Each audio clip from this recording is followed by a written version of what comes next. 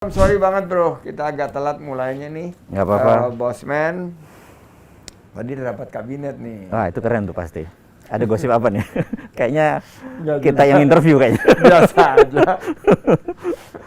Jadi kita tiap minggu itu, Chief, ada rapat terbatas untuk evaluasi PPKM. Ini mestinya lu bisa bantu gua nih. Oke. Karena kita mesti sosialisasikan the latest tentang keadaan COVID Omicron dan ekonomi. Oke. Jadi salah satunya yang kita dapatkan kenapa UK, terus Norway sama Denmark, sekarang ditambah Amerika dan Kanada 5 terbesar mengalahkan Afrika Selatan karena Afrika Selatan sudah posisi 8. Oke. Di Omicron ini pertama karena protokol kesehatan. Oke. Jadi mereka lebih rileks dan udah mulai buka masker, itu menjadi pemicu Meningkat. Omicron. Oke. Yang kedua adalah dari pergerakan masyarakat nih dari Oke. luar negeri yang tidak dikarantina.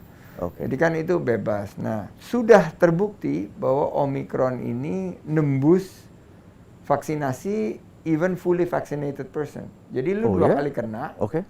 itu lu tetap nggak bisa nahan Oke. Omicron. Yang bisa nahan itu ya ini. Oke. Makanya hari ini gue bilang kan biasanya Cool. kan kita buka terus ini. taruh di ini disclaimer kita udah antigen dan Oke. sebagainya. Oke. Oke. Sekarang balik lagi bahwa yang paling menyelamatkan kita ya masker. Oke. Nah, jadi ada 46 kasus di Indonesia, 45-nya itu dari luar negeri. Dari luar negeri, satu yang transmisi lokal, dia juga dapatnya dari luar negeri, dari tamu yang Nigeria. Jadi dari 46 itu 80% no gejala. Yang 20% gejalanya ringan. Tidak ada yang di rumah sakit kan. Oke. Jadi data poin yang terbaru adalah Omicron ini menyebarnya cepatnya luar biasa, tapi tingkat keparahannya sudah ada literaturnya jauh lebih rendah dibandingin Delta dan tidak memerlukan rumah sakit, tapi tetap aja kan bahaya. Setuju. Nah, jadi keputusannya tadi mudah-mudahan di podcast dan konten YouTube, lu kan jutaan nih yang nonton nih. Oke. Guys, Masker terus-terusan. Oke. Masker. Setuju. terus kedua adalah improve testing dan tracing. Itu jadi it's a must, testing, tracing. Kita udah beef up terapeutik, yaitu rumah sakit. Sekarang available rooms untuk antisipasi surging case-nya itu 120.000, hanya terisi 1.000. Saat ini. Jadi total ada 119.000, oksigen udah kita Sediain. reallocate, tempat tidur dan lain sebagainya kalau terbukti ada kebutuhan tambahan fasilitas kesehatan yang dipicu oleh Omicron. Nah, ini data terus kita perbaharui nih. Dan yang paling menarik, ya akhirnya kita omongin waktu di Jogja. Iya. Bahwa ini pelaku perjalanan luar negeri, terutama yang pada liburan ke luar negeri ini, banyaknya minta ampun, bisa sampai 5.000 per hari. Iya. Itu yang gue ngomong sama lo, 11 miliar dolar yang bocor tiap tahun ke luar negeri. Ya teman-teman kita juga. Nah sekarang lagi tengah-tengah gini yang kita bilang, yuk kita berwisata di Indonesia aja dulu. Yang ke Turki dan segala macam, teman-teman baik kita mungkin bisa setelah ini selesai. Oleh karena itu karantinanya kita taruh di 10, kalau naik case-nya 14 hari. Oke. Nah, sekarang gue mau nanya sama lo nih. Dengan segala macam ini, prediksi Mardi Guwowi terhadap proyeksi ekonomi 2022. Tadi lo ngomong mengenai nano influencer dan perubahan yang signifikan yang lo lihat sendiri dari segi konten, dari segi platform, dan dari segi peluang usaha. Nah, ini gimana nih, Chief? Jadi kita bicara 10 tahun terakhir. 10 tahun terakhir itu menarik sekali karena 10 tahun terakhir ini bahkan di sekolah kita dulu nggak diajarin apa yang terjadi 10 tahun terakhir. Di Indonesia terutama. Pertama ada namanya Muslim Disruptor. Ya. Muslim disruptor ini adalah kita tahu di 2010 ke bawah itu middle class Muslim ini menguasai nggak sampai 50% ekonomi. Middle class ya, bukan seluruh Muslim. Nah di tahun 2017-2018 middle class Muslim ini naik. Karena itu bisnis yang berbau Muslim, seperti Wardah dan sebagainya, ini mulai 2011 terus meningkat, gitu ya. Amazing ya. Amazing. Jadi dan akhirnya kita mengadakan studi. Jadi sebelum kita bicara yang pertanyaan tadi, kita ngadain studi. Ternyata bangsa Indonesia tuh bangsa yang paling aneh sedunia. Anehnya gini. Semakin kaya orang Indonesia, semakin spiritual jadinya. Oh, gitu ya. Dan ini bukan karena dia semakin kaya tuh semakin teredukasi. Semakin kaya. Oh, jadi urusannya sama dompet ya? Sama dompet. Jadi semakin kaya, masjid makin penuh, semakin kaya gereja makin penuh. Nah, di negara barat semakin kaya gereja kosong. Terbalik. Kan gereja banyak yang kosong, rumah ibadah banyak yang sepi. Ya itu kan jalan. Ya. Nah, di Indonesia semakin kaya, gereja semakin penuh, masjid semakin penuh. Jadi begitu ekonominya growth, terlihat dari kita tahu dari 3.000 GDP per kapita naik sejamannya Pak Jokowi sekarang hampir 3.900 4.000 lah.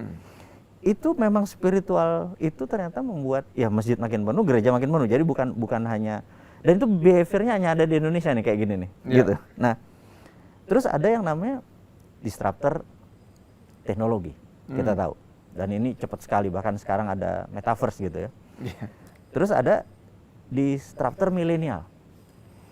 Jadi Muslim pertama, yang kedua milenial ya? Milenial. Nah, milenial disrupt ini, dia pokoknya apa yang generasi atas lakukan, dia tidak lakukan. Contoh, milenial 10 tahun terakhir, industri bir itu drop, tinggal 40% dibandingkan 10 tahun yang lalu. Jadi kesimpulan, milenial nggak drink bir. Ini di dunia ya, bukan di Indonesia. Milenial meninggalkan bir gitu? Meninggalkan bir. Terus? Pindah ke? Wine.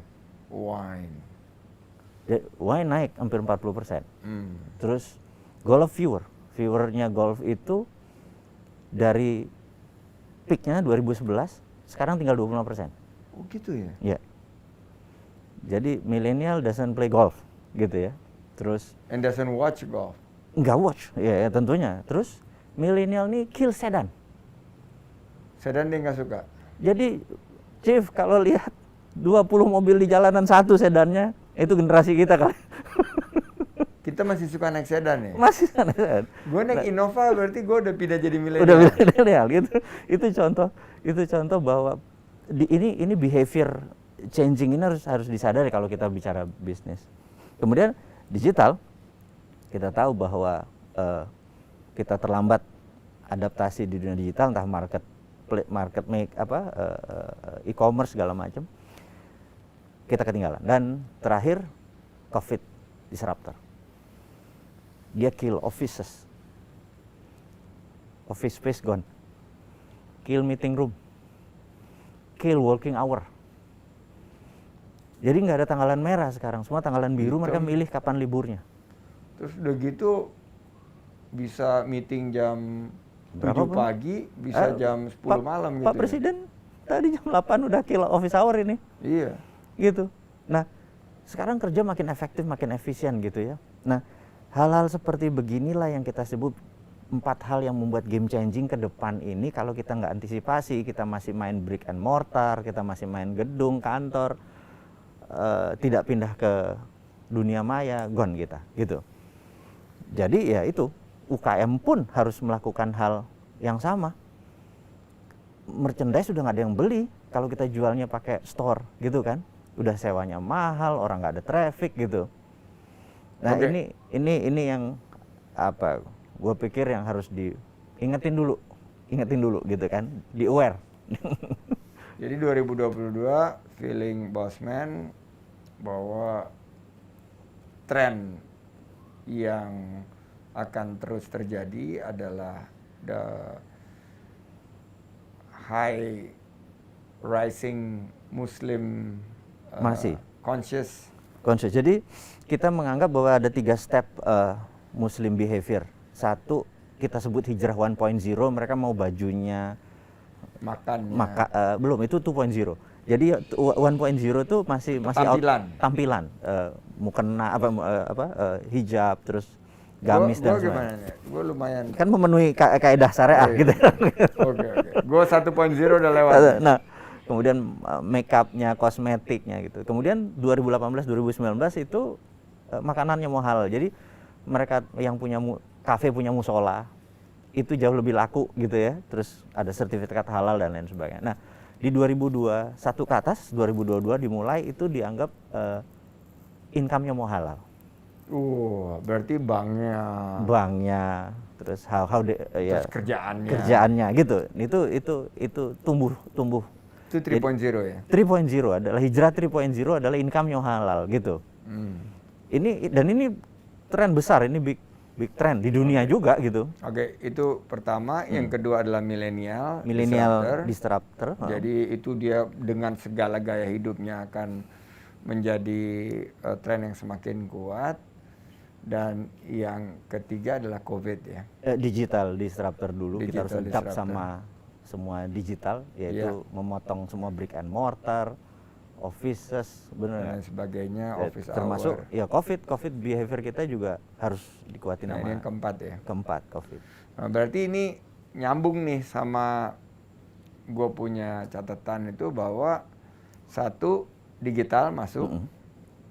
Karena semuanya terdigitalisasi 360 derajat. It's your department. Iya, itu kebetulan ekonomi kreatif.